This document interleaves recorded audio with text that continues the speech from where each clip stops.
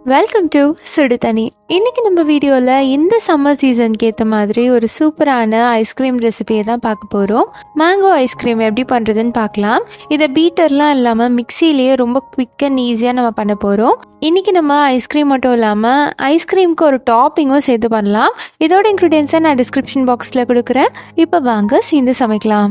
First இதுக்கு நம்ம மாம்பழம் எடுத்துக்கலாம். நல்ல பெரிய மாம்பழமாக இனிப்பாக இருக்கிற மாம்பழமாக பார்த்து எடுத்துக்கோங்க.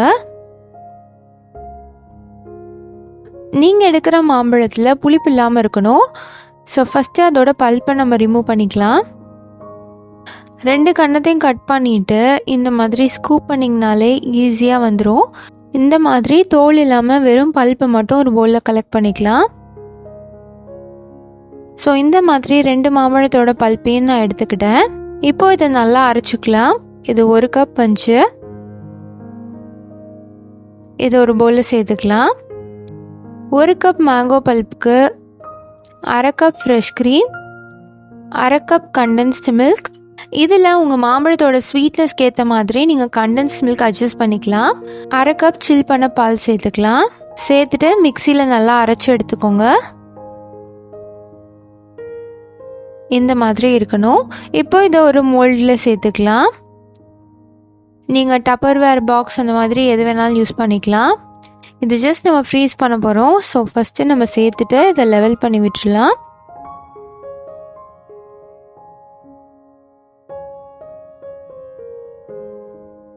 இப்போ இதை கவர் பண்ணி 8 மணி நேரம் ஃப்ரீஸ் பண்ணிக்கலாம். இது இருக்கட்டும். இது கூடவே நம்ம மேங்கோ சங்க்ஸை டாப்பிங்ஸாக ரெடி பண்ணிக்கலாம். அதுக்கு ஒரு பேனில் 2 டேபிள் ஸ்பூன் தண்ணி, 3 டேபிள் ஸ்பூன் சர்க்கரை சேர்த்துக்கிறேன். சேர்த்துட்டு இது நல்லா கரைச்சி எடுத்துக்கோங்க.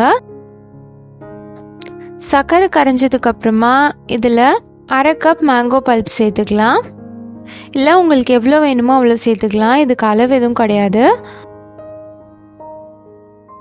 சேர்த்துட்டு இதை லோ ஃப்ளேம்லேயே வச்சுட்டு நல்லா மிக்ஸ் பண்ணி விடுங்க. இந்த சுகர் நல்லா திக்காகணும். அப்போ தான் அது ஜாம் மாதிரி வரும். நம்ம டாப்பிங்காக யூஸ் பண்ண முடியும். இல்லாட்டி தண்ணியாகவே இருக்கும். நம்ம டாப்பிங்க்கு யூஸ் பண்ணால் நல்லா இருக்காது.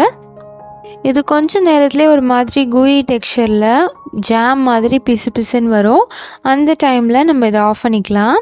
இதை பார்த்தாலே தெரியும் நம்மளுக்கு அந்த டெக்ஸ்சர் வந்துருச்சு. இப்போ அடுப்பை ஆஃப் பண்ணிவிட்டு இதை நல்லா ஆற வச்சுருங்க. இப்போ இந்த மேங்கோ சங்க்ஸை நம்ம ஃப்ரீஸ் பண்ண வேணாம். ஜஸ்ட் ஃப்ரிட்ஜில் ரெஃப்ரிஜரேட் பண்ணால் போதும். இதை நம்ம சில் தான் பண்ண போகிறோம். ஸோ நார்மலான ஃப்ரிட்ஜில் வச்சுக்கோங்க. இப்போ 8 hours கழித்து பார்த்தீங்கன்னா இந்த ஐஸ்கிரீம் சூப்பராக ரெடி ஆகிடுச்சு. கலர் சேர்க்காமலே அந்த மேங்கோ கலரே செம்ம சூப்பராக வந்திருக்கு. பண்ணுறது எவ்வளோ ஈஸி பார்த்தீங்களா?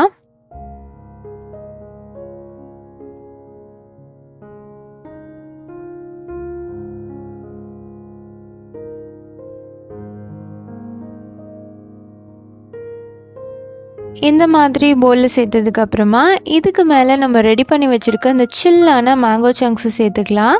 இது 2த்தையும் சேர்த்து சாப்பிடும் போது அடிப்பொலியாக இருக்கும். ஸோ நீங்களும் இந்த சம்மருக்கு மேங்கோ அதிகமாக கிடைக்கிற இந்த சீசனுக்கு இந்த ஈஸியான மேங்கோ ஐஸ்கிரீமை வீட்டிலே ட்ரை பண்ணி பாருங்கள். ஸோ ட்ரை பண்ணி பார்த்துட்டு எப்படி இருந்துச்சுன்னு சொல்லி கமெண்ட்டில் சொல்லுங்கள். இந்த வீடியோ உங்களுக்கு பிடிச்சிருந்தா லைக் பண்ணுங்கள். சுடுதண்ணி சேனலை சப்ஸ்கிரைப் பண்ணுங்கள். தேங்க்யூ.